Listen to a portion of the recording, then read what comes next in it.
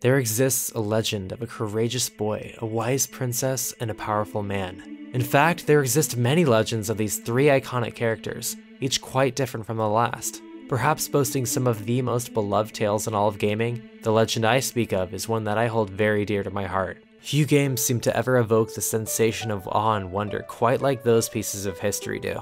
Those games which tell the tale of a boy in green, be they the legend of when he traveled through time, vanquished an evil mage with the aid of the Minish folk, or brought peace between the Twilight Realm and his own. But my journey did not begin with those tales so widely known.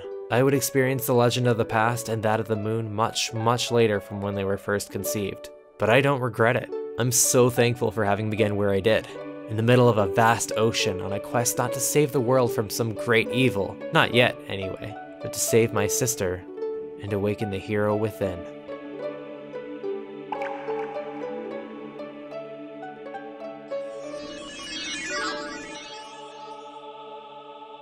Everyone has their start somewhere. Do you remember your first Mario, your first Metroid, your first Final Fantasy? Where you start almost always heavily dictates which games become your favorite in the series. Nostalgia is just that powerful. And while not every nostalgic favorite lives up to its initial praise, particularly thanks to the passing of time and evolution of the medium, sometimes we're lucky enough to be blessed with a game that was made to stand the test of time.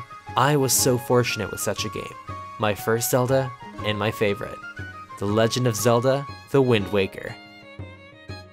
The Wind Waker was a game that immediately appealed to me in a way that many of the early GameCube games did. It was colorful, vibrant, and most of all, adventurous. Thinking on it now, it blows my mind that I'd never really ever played a Zelda game prior, especially considering the universal acclaim for games like A Link to the Past or Ocarina of Time.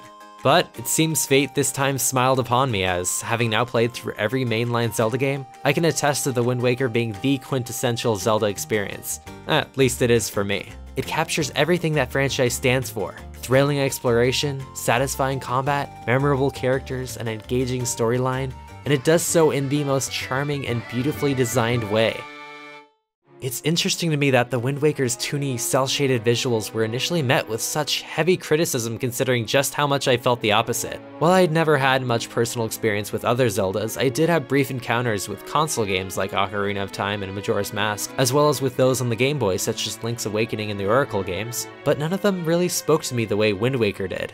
I still recall seeing its E3 trailer for the first time and being mesmerized. Looking back on it now, it's not really so impressive, but at the time, to my childish sensibilities, it was riveting. There was something relatable about this particular Link. Being of such a similar age, I was able to connect with him in a way I could with, for example, the protagonist of Pokemon Red back in 1998 when I was first working toward becoming a Pokemon Master. There's a certain power to feeling like that could be you. You could be a hero were you in this strange and wonderful world. And there's nothing like the naivete of youth to give you the feeling that anything is possible. This Link wasn't just your ordinary hero, awakened by some sort of magical messenger, only to discover that he's the chosen one right off the bat. No, this Link starts out as simply an older brother wanting desperately to bring his sibling back home, safe and sound. But as he progresses through the various trials that present themselves, he truly does grow. He may never say a word, but he discovers the courage within himself and acquires the physical representation of it through his own sheer will and determination. I love that about this game. The hero isn't born a hero, he becomes a hero. And he's just a kid that never loses his optimism or enthusiasm along the way. And perhaps that's meant to reflect the state of the player. Although we as Link encounter many hardships throughout, at the end of the day, we make it through with a smile and a feeling of joyful satisfaction that we did it. We saved our sister, our friends, and our world. The Great Sea.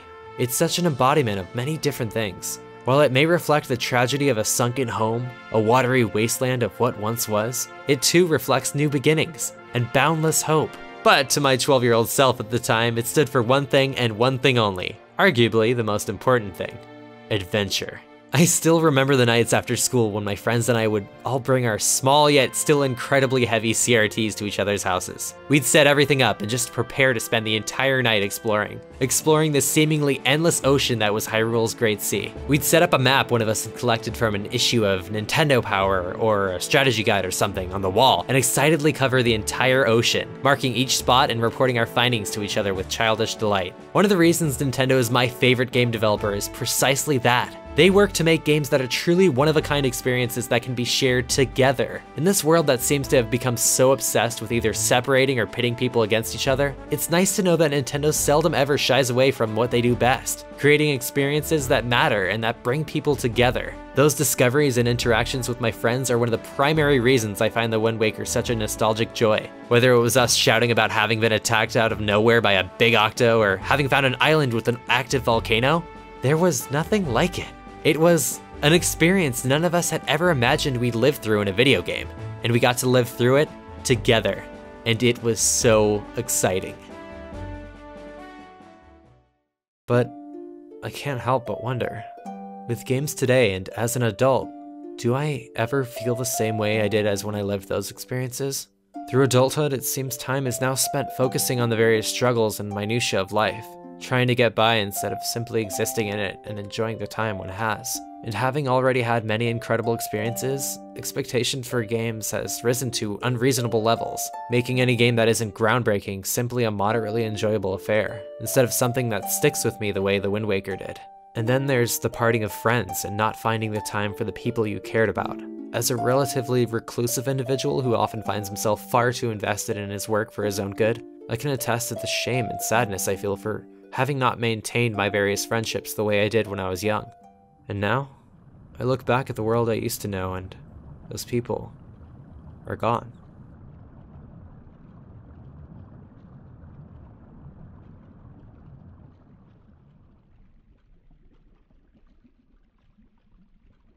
It's kind of ironic.